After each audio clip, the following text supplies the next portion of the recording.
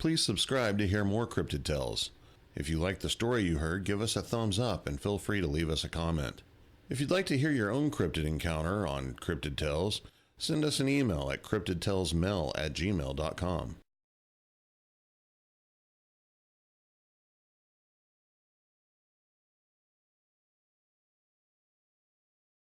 Deer hunting has always been a part of my life. Every season, without fail, you could find me on my granddad's property or the neighboring property where I had permission to hunt. Now, normally, I hunted on my granddad's land, but this particular season, I decided to hunt the neighbor's place as I hadn't hunted there in years and figured it would be ripe for the picking. After all, he didn't let anyone other than myself and my cousins hunt the property, as he was friends with my granddad, which was the only reason even we were allowed to hunt there. I hadn't had a chance to scout the property that season, but I knew it had some good-sized bucks as I had seen them from the road numerous times. Normally, I used a stand, but I hadn't even set one up that year and thought I'd just try my luck on foot. I had taken plenty of deer over the years, just leaned up against a tree or quietly walking the trails. Even if I didn't have any luck, for me, it was as much about getting out in nature as it was bringing home a deer. I was late getting out of the house that morning, and by the time I was on the road, daylight was already starting to break. The sun barely peeked out from the horizon before it was quickly gobbled up by the clouds overhead. It was going to be a chilly, cloudy day. A good day to hunt, I thought, as I crested the hill that overlooked the river bottom where the neighbor's property was. I pulled my truck up to the old wooden gate at the back of the property. I grabbed my rifle from behind the seat and began making my way along the brush-hogged lane that led into the woods. It was about a half mile or so through the woods before the timber started thinning out a bit and met up with the fields on the opposite side. I knew the deer liked to graze in those fields and was thinking that I could set up somewhere and maybe catch one as they walked the trails back towards the pond for water. I found a well-used game trail that had some pretty decent-sized deer tracks cut into it and started to follow it. The trail went through some pretty thick cover and eventually led to an intersection of sorts with another trail. This new trail was much larger, but at the same time did not look as though it was used as often as the trail I'd been following. It did look easier to follow, however, and so I decided to follow it and see where it led me. This larger trail seemed to cut back and parallel the original trail I had followed in. It didn't take long before I started having doubts, though. My new path didn't seem to have any sign of deer on it. The ground was tightly packed down, so I knew it had been used at least at one time, but there weren't any deer tracks cutting into the dirt like I was accustomed to seeing. I eventually emerged from the trail and found myself in a sort of a clearing. The clearing formed a large oval shape, and in the middle was a big old oak tree. I didn't recall ever coming across this tree before during previous hunts, but there it stood. This tree was a mass of huge, twisted limbs, and was surrounded by a wall of thick honeysuckle vines and cane thicket.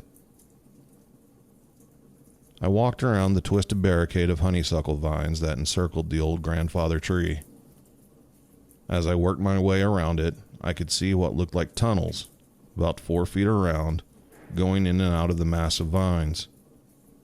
That's when things started to click. My granddad had shown me similar tunnels in the vines over on his property that the deer would use to get to their bedding areas. I bet these deer were doing the same thing and bedding up under that tree and feeding on the acorns. I was also willing to bet this would be the perfect spot for me to set up and catch one of them deer coming in to feed. I thought I might even be able to get up in the tree and use it as a natural stand. I slung my rifle across my back, ducked down to a half-kneeling position, and started making my way through the tunnel. Once I got inside the tunnel a ways, I noticed that there seemed to be an odor, a soured smell that I couldn't seem to place. almost like something rotting. It wasn't too overwhelming, but strong enough for me to notice it. The tunnel turned out to be one of many in a maze, winding their way through the honeysuckle and cane. The going was slow, and only got slower the further I went in. The tunnel I was now crawling through seemed to get tighter the further I went, and every few seconds I'd have to stop and untangle my rifle barrel from the twisted vines.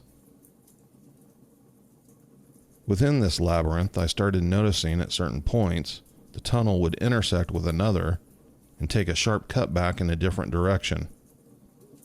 It seemed like this tunnel system all funneled towards the tree. I thought to myself that I sure hoped all this crawling would be worth it, but how would I get a big buck out of this place if I got one?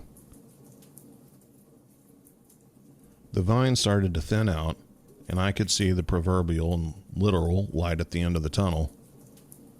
The honeysuckle gave away its tangled grasp, and I emerged into a cane thicket. It felt good to stand up straight again, and I arched my back with content. I unslung my rifle and started pushing my way slowly through the cane. I tried to be as quiet as I could, not knowing if I would walk in on a deer grazing on fallen acorns. Beneath the gnarled oak limbs, the ground was fairly clear. The tree was even bigger now that I was standing beneath it. The ground was littered with acorns, and I felt fairly confident about my decision at this point. I walked over to the base of the old tree to look for a good spot to set up and wait. I was looking up at the limbs, seeing if maybe I could find a foothold or a place to grab a hold of and get up in some of the lower limbs and off the ground. I walked around the side of the trunk and something caught my eye back behind the tree about 10 yards or so. Back towards the opposite side of the honeysuckle is where I had crawled in at. I instantly froze in my footsteps, like I had just realized I was standing on a landmine. I might as well have too. The same feeling of dread you might get in that situation, of finding yourself standing on a landmine. It crept up my legs and through my body, all the way to the top of my head. There, laying on the ground, was a creature I wished to God I had never seen. I knew instantly what it was. There was absolutely no doubt what I was looking at. I was face to face with a Bigfoot. A booger, as my granddad had always called them. See, Granddad had these creatures living on, or at least passing through, his property, and at an early age had warned me and my cousins about them. More surprisingly for myself, it was more than just a story. You see, one evening at Granddad's house, I had seen one standing at the tree line, but that one had been far away and casually turned and walked into the woods, disappearing from sight. This one wasn't going anywhere, and I was within spitting distance of it. More importantly, I could tell by its body language that it wasn't happy I was there. Not one bit. The Bigfoot was laid on its side, up on its elbow, just like you would lay on your side propped up. It was covered in black hair that almost looked groomed, save for a few leaves and pieces of grass stuck to it here and there. Its eyes were deadlocked onto mine, and it felt like it was staring directly into my soul. I felt my knees start to quiver, and goosebumps ran up my arms. The creature lowered its heavy brow ridge and started rubbing the tips of its fingers across its thumb on its free arm. It seemed like it was trying to decide what to do, and so was I. I slowly started to raise the tip of my rifle up.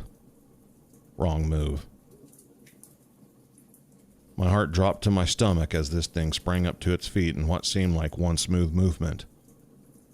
It stood there with its muscled fist clenched and bared its teeth at me.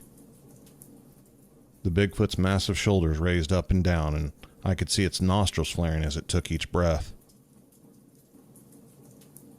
By now, my hands and legs were shaking so badly I knew it was visible to the creature.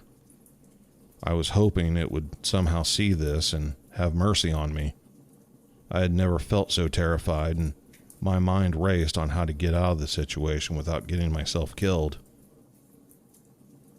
The Bigfoot took a couple steps back to where its backside was up against the honeysuckle and cane wall behind it.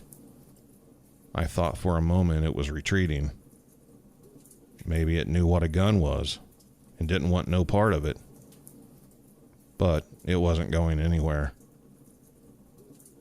It reached back with one of its hands and grabbed a handful of cane and honeysuckle, ripping it out of the ground and slinging it across the clearing beneath the tree. Then another. The creature began to rock side to side and growl and snarl as it ripped away at the vegetation, throwing it in the air. It was like it was working itself into a frenzy, like a fighter does before a big fight. Now, I knew I had to do something. The creature wasn't huge, but it was bigger than I was, and I didn't feel confident trying to shoot it.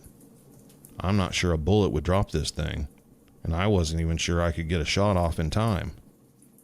I decided my best course of action was to try and retreat. I kept the rifle pointed down and very, very slowly started walking back towards the tunnel I had crawled in on. I did my best to avoid eye contact, but the creature damn sure kept its eyes locked on me the entire time.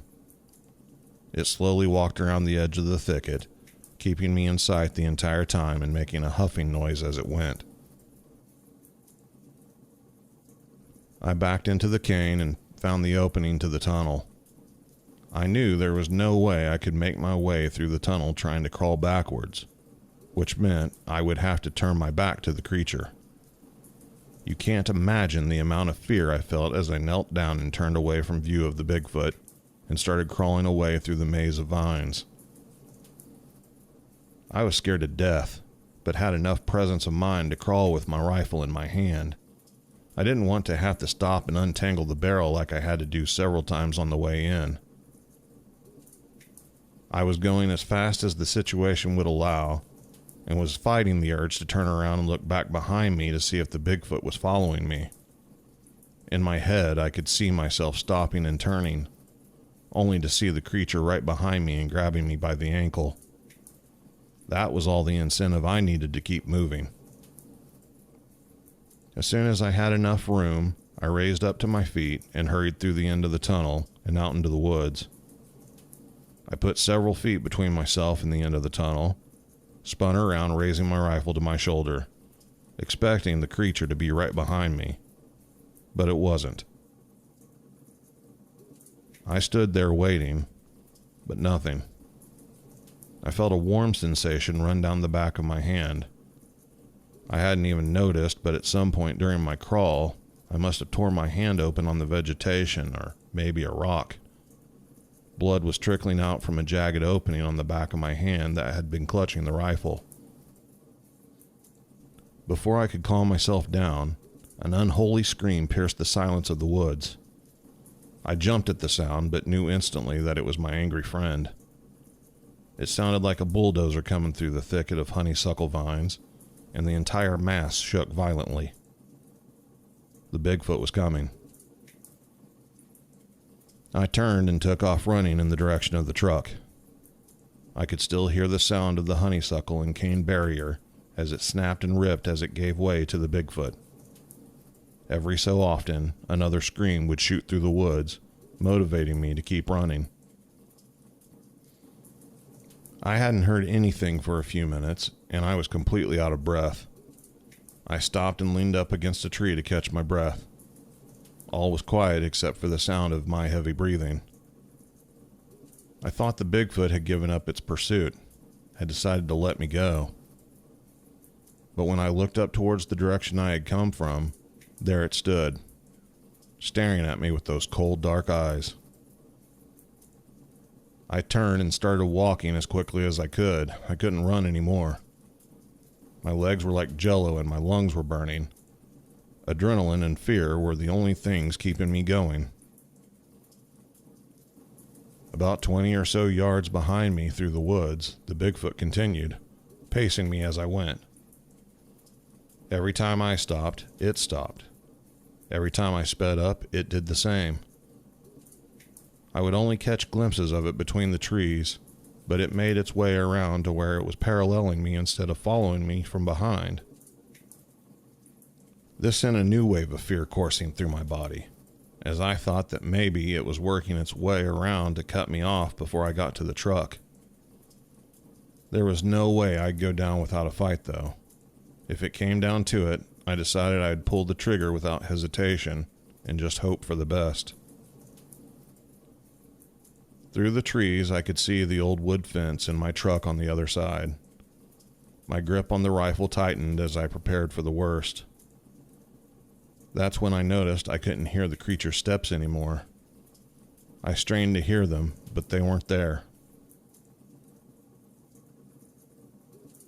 I walked up to the gate and took one last look around before setting my rifle down on the opposite side and climbing over.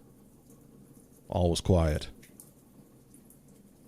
I climbed over, grabbed my rifle, and took another look into the trees. Still quiet. No Bigfoot. No birds, no nothing. The entrance to the property was well in my rearview mirror before I took a calm breath. I had made it. I couldn't help but be overcome with emotions, and tears started burning my eyes as they streamed down my cheeks. It was an overwhelming sensation of relief. The woods had always been like church to me, a place to escape to, a place where I really felt free and like myself. No stress from the job, no distractions of man, just myself and nature. The creature had ruined that for me and taken it all away. For years, I stayed out of the woods. I no longer hunted, I no longer camped. I wouldn't set foot in the timber. The things I enjoyed most in life were put on the shelf and forgotten about.